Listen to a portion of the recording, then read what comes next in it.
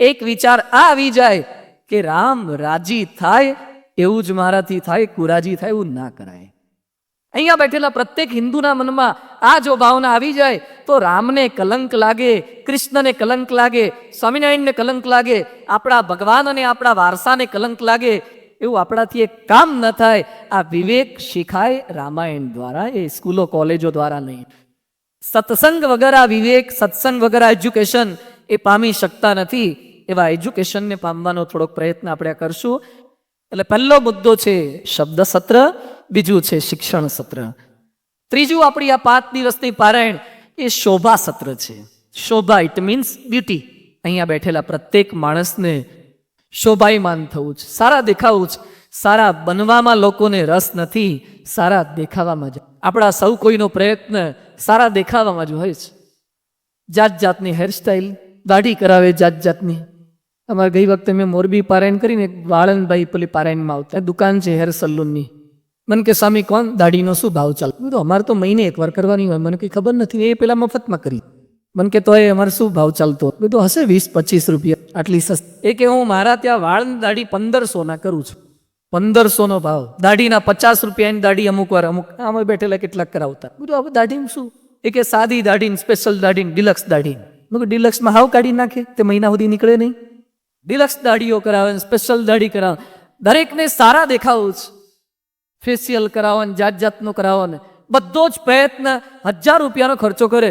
Recession આવે, મંદી જેવું લાગે. આમ ધર્મના કાર્ય કરવામાં બધાને મંદી લાગે, પણ સૌંદર્ય પ્રસાધનના કોઈ સાધનમાં ક્યારેય મંદી નડતી નથી. ક્યાંય એમાં ખર્ચા, ચહેરાને શણગારવામાં, કપડામાં, એમાં ક્યાંય તમને મંદી કે જલસામાં મંદી નહીં દેખાય. દરેક માણસ પ્રયત્ન કરે, રૂપવાન થવું છે, વાળમાં એટલી સ્ટાઇલ, શેમ્પૂમાં એટલી સ્ટાઇલ, કપડા, સર્જરી કરાવે સારા દેખાવા માટે. ભાઈ બાળમંડળ, માઇકલ જેક્સનને ઓળખો છો? શું થાય તમારે? હા, તોય ઓળખો. માઇકલ જેક્સન ડાન્સર હતા, મ્યુઝિશિયન હતા, સારા સિંગર હતા. માઇકલ જેક્સન કરોડપતિ, અબજોપતિ હતો, ગોરો લાગતો હતો. એ ગોરો નહોતો, બેઝિકલી હી વોઝ નિગ્રો, કાળિયો હતો. 17 વખત પ્લાસ્ટિક સર્જરી કરાવી હતી. 17 વખત પ્લાસ્ટિક સર્જરી કરી અને ધોળા બન્યા હતા. સર્જરી કરાવો, કાળામાંથી ધોળા થાઓ, અને ડાઘ પડી ગયા હોય ધોળા તેની પાછા હરખા કરો. પ્રયત્ન સતત માણસો આ કરે છે. ઘરની શોભા વધારવાનો પ્રયત્ન કરીએ. ઘરમાં તોરણ લગાવો, હિંચકો ગોઠવો, સિરીઝ લગાવો, ડેકોરેશન કરો, ડિસ્ટેમ્બર કે પેલું ઓઇલ પેન્ટ કે જાત જાતના કરો. બાહ્ય શોભા ગમે તેટલી થશે, પણ જ્યાં સુધી આંતરિક શોભા નહીં થાય ત્યાં સુધી શાંતિ નહીં થાય. રામાયણ શીખવે છે આ આંતરિક શોભા. લોકો તમારા ચહેરાથી તમને પગે નથી લાગતા. રામાયણમાં સરસ ઉલ્લેખ આવે છે. રામ સીતા બંને બેઠા હતા. લક્ષ્મણ કઈ ફળ ફૂલ લેવા માટે ગયા હશે. રામ સીતા બંને વચ્ચે મતભેદ થયો. પતિ પત્ની હતા, મતભેદ કઈ બાબતે થયો? ત્યાં રામ એમ બોલ્યા, સીતાના ચરણ લાંબા હતા, રામના પણ ચરણ લાંબા હતા. એટલે રામ એમ બોલ્યા કે તમારા ચરણને લીધે મારા ચરણ શોભે. તમારા ચરણ મારી ભેગા આવ્યા એટલે મારા ચરણ શોભે છે. કારણ કે સ્ત્રી એ તો અર્ધાંગના કહેવાય. એ ન હોય તો અધૂરું લાગે લગ્ન જીવનની અંદર, યજ્ઞની અંદર. તો તમે મારી ભેગા છો એટલે તમારા 2 ચરણ લીધે મારા 2 ચરણ શોભે છે. સીતા કે એમ નહીં, તમારા ચરણ હતા એટલે મારા ચરણની શોભા છે. બાકી એકલી બાઈને પૂછે જ કોણ? તમારા ચરણ લીધે મારા ચરણની શોભા છે. બંને વચ્ચે આવી મીઠી રકજક ચાલતી હતી. લક્ષ્મણજી આવ્યા, એને પૂછ્યું કે બંને વચ્ચે આવું થયું, તમે જ સમાધાન આપો ને. લક્ષ્મણ કે હજુ તો 1 જ વર્ષ થયું, 13 વર્ષ કાઢવાના છે, એટલે કોઈની ફેવર ન કરાય, નહીં તો તકલીફ થાય. એટલે લક્ષ્મણ કે આ ચરણને લીધે પણ આ ચરણ નથી શોભતા, અને તમારા ચરણને લીધે પણ તમારા ચરણ નથી શોભતા. રામ કે આ તો આપણને બંનેને ઉડાડ્યા. ત્રીજો મોરચો કોની વાત કરશે? તો શેને લીધે શોભે છે? લક્ષ્મણ શું બોલ્યા કે આ ચરણ નહીં, આ ચરણ નહીં, તમારા બંનેનું આચરણ સારું છે ને એટલે પગ શોભે છે. આજે આપણે સંતોને પગે કેમ લાગીએ છીએ? આપણે મહાનુભાવોને, એવી મહાન વિભૂતિઓને પગે કેમ લાગીએ છીએ? એમના પગ સુવાળા કે ધોળા છે એટલે નહીં, એમના પગ સારા આચરણવાળા છે એટલે એમને પગે લાગીએ છીએ. આપણે વ્યક્તિને નથી પગે લાગતા, વ્યક્તિના સદ આચરણને પગે લાગીએ છીએ, સદાચારને પગે લાગીએ. શોભા છે. આ 5 દિવસ દરમિયાન હું અહીંયાથી મેકઅપ કરવાનો છું. શું કરીશ? મેકઅપ કરી આપીશ. હા, તમે કાળા હશો, થોડાક ઉજળા કરવાનો પ્રયત્ન કરશું. ફેશિયલ કરી આપીશ, સ્પેશિયલ દાઢીઓ કરી આપીશ. આ થોડોક પ્રયત્ન ડિલક્સ કરવાનો પ્રયત્ન કરશું. ફેરફાર થાય, ચેન્જ, શોભા વધી જાય. આંતરિક શોભા, જેની આંતરિક શોભા છે એ એ વ્યક્તિમાં કદાચ ચહેરા આગા પાછળ, ઘણા સેજ ગાલ પર સેજ ખીલ થાય ને એમાં તેટલા દુઃખી થઈ જાય કે ભગવાને હારી પથારી ફેરવી નાખી. આ ખીલ કરી કરીને તો ફેસ બગાડી નાખ્યો છે, એટલા ટેન્શનમાં આવી જાય. એમાં એ સેજ કાળા બનાવે તો ટેન્શન જ રહ્યા કરે કે મને જેટલો હોલસેલમાં કાઢ્યો છે ને અમુકને રિટેલમાં બનાવે, આપણને તો કાળો ડબ્બો જ ખાલી કર્યો લાગે છે. અમુકને હાઈટ નો આપે, વેઇટ નો આપે, ચિંતા રહ્યા કરે આપણને. કેટલાક બિચારા ઠીંગણા હોય છે એટલે ટેન્શન રહ્યા કરે, ફુલઅપ્સ કરીને થાકી જાય, પાઇપ હેઠો આવે પણ એ ઊંચા ન જાય, વજન ન વધે, સાવ દુબળા પટલા હોય. એની વચ્ચે આપણને ચિંતા, આપણને જો મેક્ઝિમમ ચિંતા રહેતી હોય ને તો આપણા ચહેરાની, આપણા શરીરની બહુ જ ચિંતા રહે છે. આપણને સૌથી વધારે આપણી જાત જ ગમે છે. એ બધાની વચ્ચે કદાચ તમારો ચહેરો સારો નહીં હોય, એને પણ લોકો પૂજે છે. તે ગણપતિના ફોટોગ્રાફ બધાએ જોયેલા છે. ઘણાના અહીંયા બેઠેલા તમામના ઘરમાં ગણપતિ દાદાની મૂર્તિ પણ હશે. આપણે એમને યાદ કરીએ, સ્મરણ કરીએ જ. તે ગણપતિ દાદા બહુ હેન્ડસમ લાગતા હતા. એમનો ચહેરો કેવો છે? ફેસ લુક ફર્સ્ટ ક્લાસ છે નહીં? બાળમંડળ, એમનું નાક કેવું છે? આપણે કોકનું નાક સેજ લાંબુ હોય ને તો ખીજા કરે, તો ગણપતિને કેવડું લાંબુ છે? કોકના કાન સેજ મોટા એક ટીકા કરે, કાન તો કેવા કાન છે, તો ગણપતિના કાન કેવા હતા? ગણપતિની આંખો કેવી, સાવ નાની, અને કેવા ફાંદાડા હતા. આખું જુઓ તમે, એમનો ચહેરો જુઓ, એમનું આખા શરીરની મુખાકૃતિ જુઓ, એકદમ ફાંદવાળા જ, કોઈ રીતે ગોઠવાય જ નહીં એવી હાઈટ વાળા બોડી વાળાનું આવું શરીર હતું. ગણપતિનું વાહન કેવું પાછું? ઉંદેડો. બોલો કેમનું સેટિંગ કરતા હશે? આવું હતું છતાં પણ એ ગણપતિની ઉંદેડા સાથે મૂર્તિઓ પધરાવીએ છીએ. ગણપતિના ચહેરાના નથી પૂજતા, એમના આચરણને પૂજીએ છીએ. આજે વર્ષો પછી પણ ગણપતિની પૂજા કેમ થાય છે? ભૂલી જજો, ચહેરાથી નહીં. ગણપતિ પણ એવા, હનુમાનજી પણ એવા. હનુમાન દાદાનો ફોટો કેવો છે? નહીં, બાળકો કેટલાક હનુમાનની એક્ટિંગ કરતા હોય તો હોઠ બંને બંધ કરી દે, હોઠ ફૂલાવે, અંદરથી ગાલ ફૂલાવે, તારે હનુમાન જેવા લાગે. હનુમાનજી કે પૂંછડા વાળા હતા, એમાં હું સારું લાગે? છતાં આજે પ્રત્યેક મંદિરમાં, એ સ્વામિનારાયણનું મંદિર હોય કે રામનું મંદિર હોય કે કૃષ્ણનું મંદિર હોય, કોઈ પણ મંદિર શરૂઆતમાં હનુમાન ને ગણપતિ બે હોય છે. એ બંને સૂચવે છે કે ચહેરા પર ના જાઓ, અંદરની શોભા પર જાઓ. અંદરની શોભા પર જાઓ તો જગત તમને બહાર રાખશે, જગત તમને પહેલા યાદ કરશે. રામાયણ આ શીખવે છે, અંદરની શોભા. આજે પરમ પૂજ્ય પ્રમુખ સ્વામી મહારાજ, સ્વામીજી ભગવા કપડાં પહેરે છે, કોઈ ફેશન નહીં. અમારા માથા પર કોઈ હેર સ્ટાઇલ નથી. હેર હોય તો સ્ટાઇલ કરીએ ને, કોઈ હેર જ નથી રહેવા દેતા. દર મહિને માંડ મોટા થાય તો ઉડે જ બાળવાના, કશું સ્ટાઇલ જ ના થાય. કોઈ હેર સ્ટાઇલ નહીં, કોઈ કપડાની સ્ટાઇલ નહીં, કશું જ નહીં. પ્રમુખ સ્વામી મહારાજ સાવ સીધા સાદા લાગે. 91 વર્ષની એમની ઉંમર છે, વૃદ્ધ થઈ ગયા, મોઢામાં ચોકઠા પહેરે છે. છતાં પણ દેશ વિદેશના લાખો લોકો એમની એક ઝલક પામવા માટે, એક દ્રષ્ટિ પામવા માટે કેમ આવે? એમના ફોટા લોકો ઘરમાં કેમ રાખે? પાકીટોમાં રાખે, દિવસ દરમિયાન રાખે, ઘરમાં રાખે. અરે મોટા મોટા હોર્ડિંગ છપાવે. સ્વામીજી કોઈ ફિલ્મના સ્ટાર ન હોય, સ્વામીજી કોઈ ઇન્ડસ્ટ્રીયાલિસ્ટ ન હોય, સ્વામીજી કોઈ એવા કલાકાર ન હોય, છતાં એમનો ચહેરો કેમ રાખીએ છીએ? કારણ કે એમનું આચરણ સારું છે, એટલે આપણને પ્રેરણા આપે. સદાચાર રામાયણ શીખવે છે. આવી શોભા જો તમારી વધી જશે ને, પછી બાહ્ય શોભાની કોઈ તમને ચિંતા જ નહીં રહે. હજુ જો થોડું ઘણું પણ ટેન્શન આપણને ચહેરાનું રહે છે, એ બતાવે છે કે અંદરની શોભા પ્રત્યે તમે જાગૃત નથી થયા. જે માણસ પ્યોરિટી પ્રત્યે જાગૃત થઈ જાય એને બ્યુટીની કોઈ ચિંતા નથી. આપણી કથા એ બ્યુટી પાર્લર નથી, પ્યોરિટી પાર્લર છે. બહાર બ્યુટી પાર્લરો છે, અહીંયા પ્યોરિટી પાર્લર છે. પ્યોરિટી પ્રાપ્ત થાય તો ત્રીજી વસ્તુ આ છે, શોભા સત્ર. અને આપણી આ 5 દિવસની પારાયણ એ છે સમાધાન સત્ર. સમાધાન પ્રાપ્ત થશે. અહીંયા બેઠેલા ઘણા બધાને પ્રશ્ન પૂછીએ, આમાંથી જેની પાસે 4 વ્હીલર ન હોય હાથ ઊંચો કરો તો? ઓહો, ઘણા બધા નથી, તો માળા કરવી પડશે મારે વધારે. પ્રાર્થના કરશું બધાને 4 વ્હીલર આવી જાય. 4 વ્હીલર ગાડી ન હોય એવાય કેટલાક છે. જેના ઘરમાં ફ્રીજ ન એવા હશે, કોક ફ્રીજ ન એવાય કેટલાક હશે. જેની પાસે મોબાઈલ ન એવા ખરા કોઈ હશે. બાળમંડળ કેટલાક લઈને બેઠા છે. મોબાઈલ ન એવા પણ કેટલાક છે. પણ હવે એક પૂછું છું કે આમાંથી જેને જન્મ્યા ત્યાંથી અત્યાર સુધીમાં એક પણ વખત પ્રશ્ન ન થયો હોય અને મરશો ત્યાં સુધી ન થવાનો હોય, આંગળી ઊંચી કરો. એક પણ વખત મૂંઝવણ નહીં, કોઈ પ્રશ્ન નહીં, શારીરિક નહીં, આર્થિક નહીં, સામાજિક નહીં, માનસિક નહીં, ધાર્મિક નહીં, સહેજ પણ વખત તમે મૂંઝાયા ના હોય, કોઈ તકલીફ જેવું ના આવ્યું, હાથ ઊંચું કરો. અને ન આવશે એવી ગેરંટી હોય, હાથ ઊંચો કરો. થાય એવું છે? એટલે યુવરાજને ક્યાં ખબર હતી કેન્સર થવાનું છે? યુવરાજને કેન્સર થઈ ગયા, 6 બોલમાં 6 છક્કા મારતા હોય ને, એની પણ વિકેટ પડી જાય, એને ડાઉન કરી નાખે. સામાજિક પ્રશ્નો આવે, શારીરિક પ્રશ્નો આવે, આર્થિક પ્રશ્નો આવે, તો પ્રશ્નો દરેકને છે. આપણી આ 5 દિવસની પારાયણમાં તમને ઉદ્ભવતા, આપણને ઉદ્ભવતા પ્રત્યેક પ્રશ્નોના સમાધાનો પ્રાપ્ત થશે. અરે રામાયણમાં સમાધાન તો શેમાં મળે? કોર્ટ કચેરીમાં મળે. કોર્ટ કચેરીમાં ન જવું પડે એના માટે જ ધર્મગ્રંથો છે. એટલા જ સરદાર વલ્લભભાઈ પટેલ બોલતા કે ભારતના બધા જ લોકો શિક્ષાપતિના 212 શ્લોકોને અનુસરે ને તો ભારત દેશમાં કોર્ટ, કાયદો, કચેરીની જરૂર જ ના પડે. આપણે આપણા ધર્મગ્રંથોનું પાલન નથી કરતા એટલે જ કોર્ટ, કાયદો, કચેરી પાસે આપણે બહુ જરૂર પડે છે. વકીલો પાસે એટલે જ જવું પડે છે. આ ધર્મગ્રંથોમાં સમાધાન છે. તમને એમ લાગે સ્વામી રામાયણમાં રામાયણમાં સમાધાન?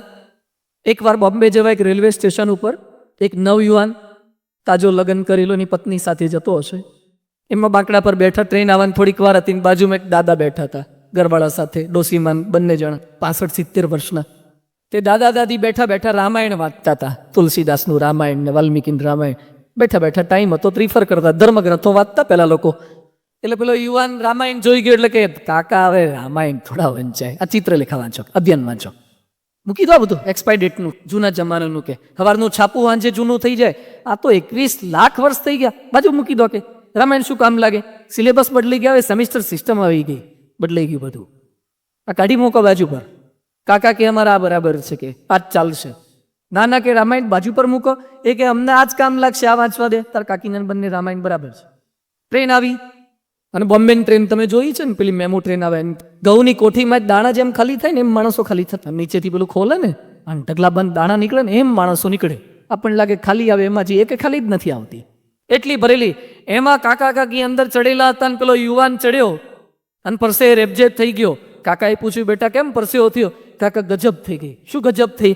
એ કે ટ્રેન ઉપડી ગઈ, પ્લેટફોર્મ પૂરું થઈ ગયું, સ્પીડ પકડી હતી, મારી ઘરવાળી નીચે રહી ગઈ. કાકા કે દીકરા એટલે કહેતો તો રામાયણ વાંચું. અરે રામાયણ ને ઘરવાળી નીચે રહી ગઈ, એને શું લેવા દેવા? એ કે બેટા રામાયણ વાંચ્યું હોત ને, રામાયણમાં આવે છે રામ, સીતા, લક્ષ્મણ જંગલમાં જતા રસ્તામાં ગંગા નદી આવી, નાવી કે નાવમાં બેસવાનું કીધું રામને પહેલા, તો રામે પહેલા સીતાને ચડાય ને પછી રામ ચડ્યા. જો કે તારી 65 વર્ષની કાકીને મેં પહેલા ચડાઈ દીધી છે ને, કે તું હારા 20 વર્ષની નીચે ભૂલીને આવ્યો, તું પહેલો ચડી બેઠો. હા, તમને હાસ્યાસ્પદ લાગશે પણ રામાયણ જીવનના પ્રત્યેક પ્રશ્નોના સમાધાન આપી શકે એવા ધર્મગ્રંથ છે. જીવનમાં આવતા પ્રત્યેક પ્રશ્નોની આપણી આ વાતો છે, એ બધી જ વાતો આપણે આ ધર્મગ્રંથમાંથી સમજવાનો પ્રયત્ન કરીશું. આમ તો રામાયણ અગણિત છે, રામાયણ શતકોટી અપારા, કરોડો રામાયણ છે. એ વાતો તો તુલસીદાસજી રામાયણની અંદર લખે છે. સંસ્કૃતમાં કંઈક એવો ઉલ્લેખ છે કે અત્યારે આપણી વિશ્વની લાઇબ્રેરીમાં, ભારતની લાઇબ્રેરીમાં કંઈક 67 જેટલા રામાયણ બધા ઉપલબ્ધ થાય છે. જેટલા કંઈ હોય અલગ અલગ ભાષામાં જે કંઈ લખાયા હોય. ગુજરાતી ભાષામાં સૌ પહેલા 16મી સદીમાં બાલણ કવિએ રામાયણ લખ્યું.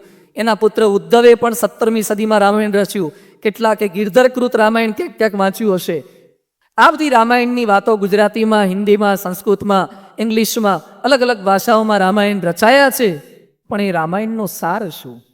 આમ તો રામાયણ બધું બહુ લાંબુ સ્ટોરી જેવું કાંઈ નથી. એક કવિએ બહુ સુંદર વાત કરી છે કે રામાયણ છે શું?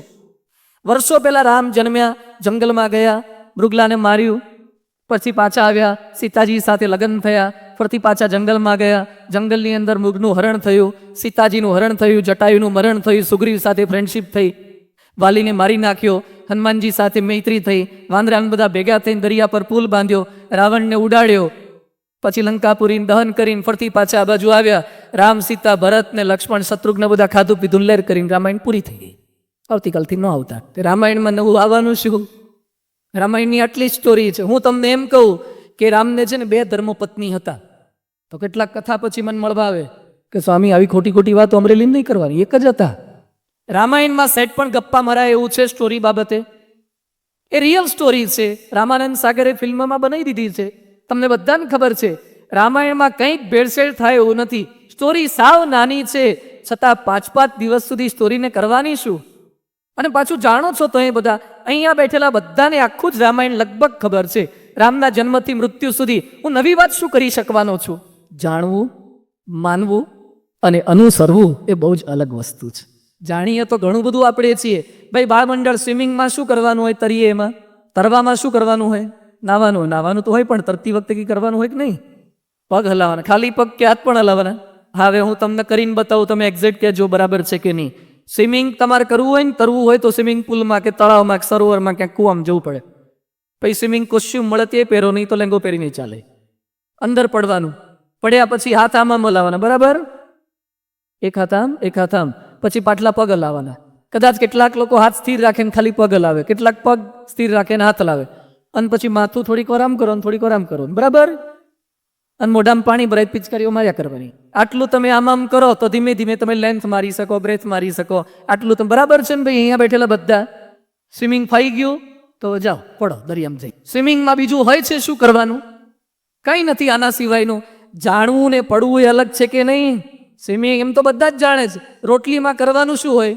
લોટ લેવાનો, રોટલી બનાવતા પહેલા લોટ લેવાનો, પછી તેલ નાખવાનું, પછી પાણી નાખવાનું, પછી બાંધવાનું, પછી વણવાનું, પછી વચ્ચે વચ્ચે પાણી નાખવું પડતું. તાર મમ્મીને એવું કરવું પડતું. વચ્ચે વચ્ચે પાણી નાખવાનું, પછી ઉપર લોટ થોડોક રાખો, પછી તાવડીમાં નાખવાનું, પછી ફૂલાવાની તાવડી લઈને. વાહ, અમરેલી વાળા એક્સપર્ટ છે યાર બાળકો. વાહ ભાઈ, ઘી બી ચોપડો છો, તેલ લગાવો છો. હવે સહેલું છે ને, તો આવતીકાલે જઈને રોટલી તમે બનાવજો. એ નહીં કે ખાતા ફાવે. અલા થિયરી તો ગામ આખાને ખબર પડે છે કે જીવન કેમ જીવાય, પણ જીવતા નથી ફાવતું. થિયરી તો ખબર જ છે ને, થિયરી બધાને ખબર છે, ખોટું ના બોલાય. પણ એક દિવસ સંકલ્પ કરો ખોટું બોલ્યા વગર પસાર કરવાનો. થિયરી તો બધાને ખબર છે ગુટકા ના ખવાય, પણ ગુટકા ખાતા હોય બંધ કરવાનું પ્રેક્ટિકલ પ્રયત્ન તો કરો. રામ થઈ ગયા તો મને તમને બધાને ખબર છે. રામ જે જીવન જીવી ગયા એ બધી ખબર છે, પણ એવું થોડું જીવીને બતાવો. આ 5 દિવસની રામાયણની પારાયણની અંદર આપણો પ્રયત્ન રામ શું કરી ગયા એ જાણવાનો નથી. રામ જે કરી ગયા એવું આપણે કરતા થઈએ, કરવા માટે પારાયણ છે. પારાયણ એના માટે છે, એના માટે આ સમય છે. પારાયણ ખાલી જાણવા માટે પારાયણ ન હોય, એવો પ્રયત્ન આપણે સૌ કોઈ કરશું. બહુ સરળ અને સહજ આપણો આ ધર્મગ્રંથ છે. એ ગ્રંથની વાતોને 5 દિવસ દરમિયાન શીખવાનો પ્રયત્ન કરીએ. આમ તો અઘરું એ છે, કારણ કે બહુ લાંબી વાતો છે. રામાયણની પારાયણ મહિનાઓ સુધી કરીએ તો પણ મેટર ખૂટે એવું નથી. અને એમાં 5 દિવસમાં મારે તમને બધાને વાત પીરસવાની છે. 5 જ દિવસમાં પાછા જ કથા આપણી ચાલુ થાય 9:45-10 વાગે, કારણ કે બધા પરવારીને આવે. એમાંય પાછું 11 વાગે તમારે સુવાનો ટાઈમ થઈ જાય. કેટલા વાગે થાય છે? કેટલા વાગે સુવાનું હોય છે? બોલો તો એટલે મને કાલથી ખબર પડે. 12 બોલે છે, 12 બોલે છે. ના વાંધો નહીં, જ્યારે બોલશે નહીં, કારણ કે નહીં તો પકડાઈ જાઓ. પણ વાંધો નહીં, સુવાનો ટાઈમ એટલે પારાયણ તો પાછી પૂરી કરવી પડે. એની વચ્ચે આટલા ઓછા સમયગાળામાં રામના જીવનને સમજવાનો આપણે કંઈક પ્રયાસ કરવાનો, શોર્ટ એન્ડ સ્વીટમાં કંઈક પ્રયાસ કરીશું. રામનું જીવન જોતા જોતા આપણો આચાર કેવો બનાવવાનો એની વાતોને આપણે શીખવાનો પ્રયત્ન કરીએ. આ કથા વાર્તા ફરીથી પુનરાવર્તન કરાવું છું. એ મહિમાની દ્રષ્ટિથી જોવાનો પ્રયત્ન કરીએ. જ્યાં છીએ ત્યાંથી કંઈક આગળ વધવાનો પ્રયાસ કરીશું તો વાતો આપણને સુદૃઢ થશે. એની થોડીક શરૂઆત જે આપણે કરીએ છીએ. રામ ભગવાન જે કુટુંબમાં જન્મ્યા હતા એ પરિવાર કેવો હતો? કવિ કાલિદાસ લખે છે, સોમ જન્મ શુદ્ધાનામ મા ફલોદય કર્મણામ આ સમુદ્ર ક્ષિતિશાનામ અનાકરથ વર્તમનામ શૈશવે અભ્યસ્ત વિદ્યાનામ યૌવને વિષયીષિણામ વાર્ધકે મુનિ વૃત્તિનામ યોગેને તનુ ત્યજામ યોગેને અંતે તનુ ત્યજામ. રામ જે કુટુંબમાં જન્મ્યા હતા એ રઘુકુળના રાજાઓની થોડીક વાત પહેલા શરૂઆતની અંદર રામાયણના ધર્મગ્રંથોમાં કરવામાં આવી છે. કેવા રાજાઓ હતા? આ જન્મ શુદ્ધ હતા, પુરુષાર્થ સખત કરતા હતા, શૈશવી અભ્યસ્ત વિદ્યાનામ બાળપણની અંદર વિદ્યાભ્યાસ કરતા હતા. બાળપણની અંદર ભણાય જ. 25 વર્ષ સુધીનો આપણો બ્રહ્મચર્યાશ્રમ છે, આપણા ધર્મગ્રંથોમાં લખ્યું છે. પણ મોટા ભાગના ટેન્શન મા બાપને 25 વર્ષ સુધીનાનું જ છે. મોટું ટેન્શન આ પોતાના દીકરા દીકરી જે ભણે છે ને એનું ટેન્શન રહ્યા કરે છે. શૈશવી અભ્યસ્ત વિદ્યાનામ આ અભ્યાસ કરવાની ઉંમર છે. આપણા શાસ્ત્રોમાં આ લખ્યું છે. એની સામે અત્યારે કઈ ડિરેક્શનમાં જાય છે? બિહારની અંદર એક સ્કૂલમાં 8મા ધોરણમાં ભણતી એક છોકરીએ બાલકીને જન્મ આપ્યો. 8મા ધોરણમાં ભણતી સ્કૂલની છોકરી બાલિકાને જન્મ આપે, આ ભારત દેશની પ્રગતિ છે? આ રામાયણના કયા સિદ્ધાંતોને સાથે રાખીને ચાલી રહ્યા છે? એની વચ્ચે લખે છે કે વિદ્યાભ્યાસ એ જ આપણું લક્ષ્ય હોવું જોઈએ આ અવસ્થાની અંદર. બીજું કહે છે યૌવને વિષય ઈશિણામ, જ્યારે ગૃહસ્થાશ્રમનો પ્રારંભ થાય ત્યારે તમે સંસાર વ્યવહારની અંદર પડો. વાર્ધકે મુનિ વૃત્તિનામ, તમે 50 થી ઉપરના થઈ જાઓ. 51 શું કહે છે? વનમાં જવાનું. શેના માટે? ડાબરા ઉત્સવ કરીને પાછા આવી જવાનું. એમ નહીં, વન જેવું નિવૃત્તિ લેવાની થોડીક વાત કરે છે, પણ ફરતી પાછા રિટાયરમેન્ટ, પાર્ટ ટાઈમ ને ઓવર ટાઈમ ને એક્સ્ટ્રા ટાઈમ કેટલું કરીએ છીએ, પણ એ વાત આપણને કરે છે. યોગેન અંતે તનુ ત્યજમ, યોગથી તનુનો ત્યાગ કરી શકે એવા પરિવારમાં રામ ભગવાનના પિતાશ્રી દશરથનો જન્મ થયેલો. દશરથ રાજા કેવા હતા એનું થોડુંક વર્ણન શરૂઆતમાં આવે છે. દશરથ રાજા હતા, શાસક હતા. એ સમયના શાસક કેવા હતા એનું વર્ણન કરતા લખે છે, ધર્મ ધુરંધર ગુણનિધિ જ્ઞાની. રાજાઓએ ધર્મ ધુરંધર હતા, ધર્મને ધારણ કરનારા હતા, ગુણનિધિ હતા. આજકાલ ઇલેક્શન આવે છે, હવે રાજાઓ કેવા થાય? ગુણનિધિ. ગુણનિધિ નહીં, ધનનિધિ. ધનનિધિ હોય એ રાજા બની શકે, એને ટિકિટ પ્રાપ્ત થઈ શકે. એ બધાની વચ્ચે ગુણનિધિ હોય, જે ધર્મ ધુરંધર હોય, જે જ્ઞાની હોય, આ લોકો શાસક બનતા હતા, સમગ્ર રાજ્ય સંભાળતા. હૃદય ભક્તિ મતિ સારંગ પાની, જેના જીવનમાં ભક્તિ હોય એવા એ બધા શાસક હતા. એમને 3 પત્ની હતા. રામાયણમાં લખે છે કૌશલ્યા, સુમિત્રા અને કૈકેયી એ દશરથ રાજાના 3 ધર્મપત્ની હતા. એમનું મંત્રીમંડળ પણ બહુ સુંદર હતું. અલગ અલગ મંત્રીઓની રચના કરેલી. ખાણ ખનીજ વિભાગ સંભાળનારા, એજ્યુકેશન સંભાળનારા, અલગ અલગ ડિપાર્ટમેન્ટ જે સમય હશે. એમાં એક અલગ ડિપાર્ટમેન્ટ હતો ધાર્મિક ડિપાર્ટમેન્ટ, જેને રાજર્ષિ કહેવામાં આવતા હતા. ધર્મનો ડિપાર્ટમેન્ટ એ રાજર્ષિ હતા, વશિષ્ઠ ઋષિ. વશિષ્ઠ મુનિ જેમ કે એમ રાજા શાસન કરતા હતા. તમ ધર્માટ દંડોસી, રાજદંડની ઉપર પણ ધર્મદંડ હતો. દશરથ રહેતા હતા રાજ્યની અંદર, વશિષ્ઠ તો બહાર રહેતા હતા, પણ રાજ્ય કઈ રીતે ચલાવવું એ ઋષિ મુનિઓ શીખવાડતા હતા. કૃષ્ણને દ્વારિકા કેમ ચલાવી એ સાંદીપની શીખવાડતા હતા. શિવાજીને છત્રપતિ બનાવવાની પ્રેરણા એ સમર્થ સ્વામી રામદાસ આપતા હતા. વિવેકાનંદનું નિર્માણ કરનારે રામકૃષ્ણ પરમહંસ હતા. તમ ધર્માટ દંડોસી, રાજદંડની ઉપર ધર્મદંડ હોવો જોઈએ. ધર્મ તમને પ્રેરણા આપે છે કે કઈ ડિરેક્શનની અંદર જવું જોઈએ.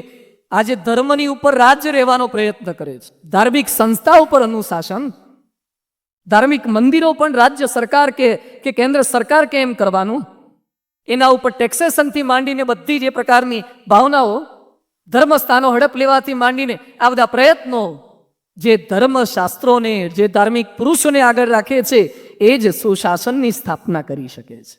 ધર્મની બીક એક આપણા મનની અંદર હોવું જોઈએ તો કંઈ સારું કરી શકીએ. દશરથ હતા બુદ્ધિશાળી, પણ હંમેશા ગુરુને પૂછીને કામ કરતા હતા. આપણને પણ રામાયણ પ્રેરણા એ આપે છે. આપણે ગમે તેટલા જ્ઞાની હોઈએ, બુદ્ધિશાળી હોઈએ, પણ એક વ્યક્તિ એવી રાખવી કે જે આપણા કાન પકડી શકે. એક વ્યક્તિ એવી રાખો કે ક્યારેક તમારાથી કંઈક ખોટો નિર્ણય લેવાય, ક્યારેક તમે મૂંઝવણમાં મુકાવો, ત્યારે તમારા કાનમાં કંઈક સાચી વાતે મૂકી શકે ને એની વાતનો તમે સ્વીકાર કરી શકો. એક વ્યક્તિ એવી રાખો. ગમે તે વ્યક્તિના જીવનમાં નાની મોટી ભૂલ થઈ શકે છે. દશરથના જીવનની અંદર વશિષ્ઠ ઋષિ એના માર્ગદર્શક હતા. દશરથને એક તકલીફ, અરે દશરથને શેની તકલીફ? 3 પત્ની. અયોધ્યાના રાજા. અયોધ્યા કેટલું સુંદર નામ છે, સૂચક નામ.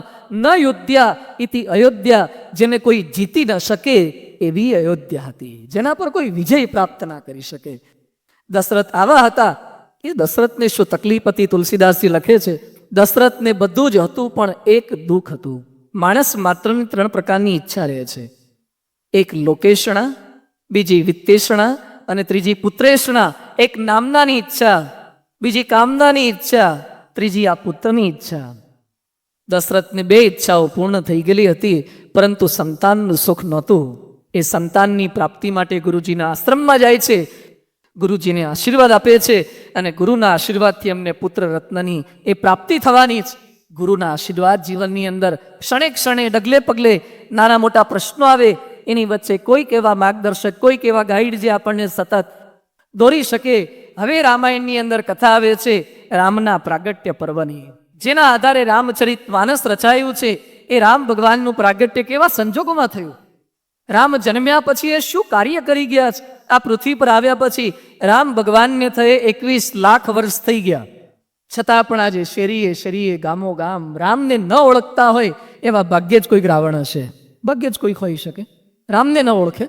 આ ભારતની ભૂમિ પર જન્મેલો, આ હિન્દુસ્તાનમાં જન્મેલો ભાગ્યે જ કોઈ હિન્દુ હોઈ શકે કે જેને રામ પ્રત્યે અનુરાગ ન હોય, જેને રામ પ્રત્યે કંઈક કરી છૂટવાની ભાવના ન હોય.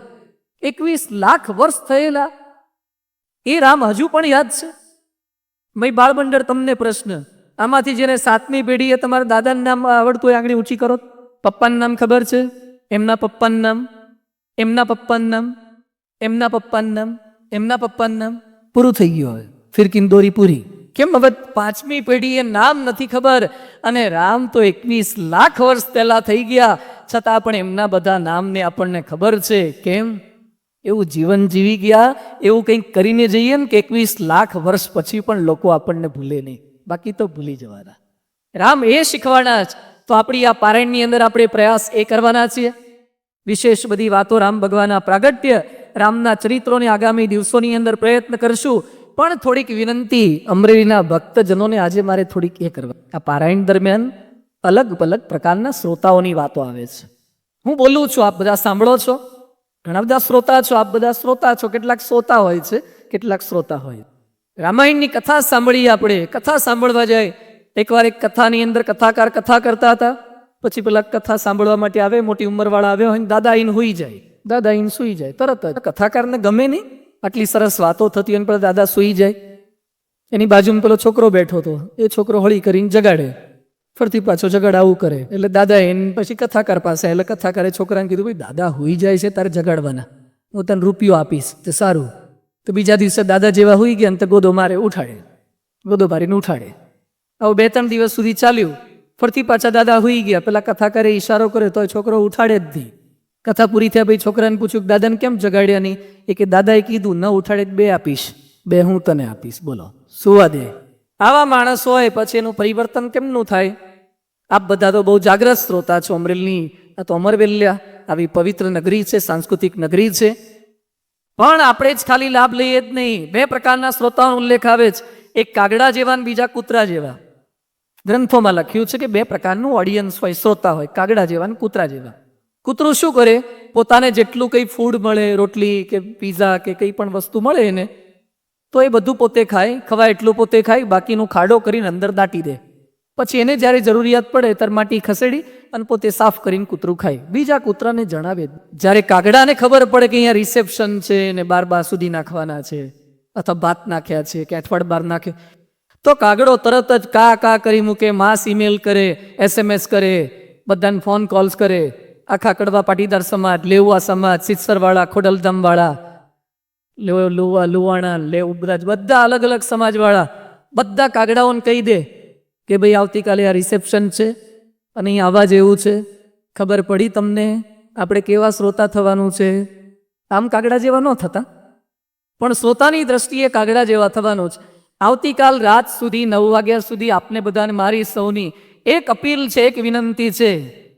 જો ખરેખર આપણને આ વાત સમજાઈ હોય તો આપણા બીજા લોકોના સંપર્કમાં વાત રેડવી જોઈએ, બીજાને મેસેજ આપવો જોઈએ. કેટલાક માવો ખાતા હોય ને, દૂધનો નહીં, હા પેલો આવે છે ને 20નો ને 35નો, એ કેટલાક માવો ખાય ને, ઘસે અને ખાધા પછી પોતે જ ખાય ને, પછી બાજુવાળો ન ખાતો હોય ને એને આપે. એ કે ખાવ ને? એ કે ના ના હું તમાકુ નથી ખાતો. ના ના કે ખાવ ને? એ કે પણ કીધું ને હું તમાકુ વાળું નથી ખાતો.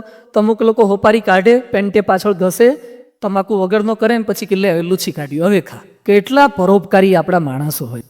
પોતે બીડી પીતા હોય ને તો પોતાની બીડીથી બીજાની બીડી હળગાઈ આલે, એટલી મદદની ભાવના આપણા ભારતમાં. લોકોની બીડીઓ તમારી બીડીથી હળગાવો છો તો જે કથાનો લાભ તમને મળ્યો છે કોકને વાત તો કરો, થોડોક તો મેસેજ આપો.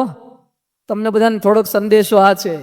આવતીકાલ સાંજ સુધીમાં બધાને કપિલ મારી આ છે વ્યાસપીઠ ઉપરથી 1 મોર જેટલા આવ્યા છો એ બધા એક ને અધિક લઈ આવો. એક વ્યક્તિની વાત કરો. આવડા મોટા અમરેલીમાં તમારું માને એવા 1 જ જણ તો હોય કે નહીં? ના હોય. એક ન માને તમારું તો જીવતર પાણી મૂકી. આટલા 40-50 વર્ષ અમરેલીમાં નાના મોટા થયા, આટલા મોટા ધંધા કારોબાર કર્યા, અને આપણા માટે કોઈક 2 કલાક આપણું કયું ન કરે તો શું કરવાનું? તો થોડોક સંકલ્પ કરો, થોડોક પ્રયત્ન કરો.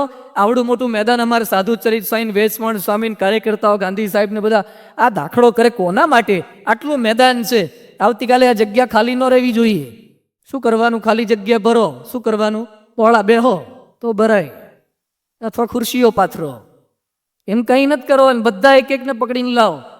અને આવતીકાલે સ્કીમ ખોલવી છે. જે એકને લઈ આવે ને એને વ્યક્તિ દીઠ 1000 રૂપિયા આપવા છે. લગાવો તાલિયા. ખબર જ છે કે આ સ્વામિનારાયણ ન આપે, કે 1000 આપે કે લેશે આ લોકો તો છૂટ્યા પછી.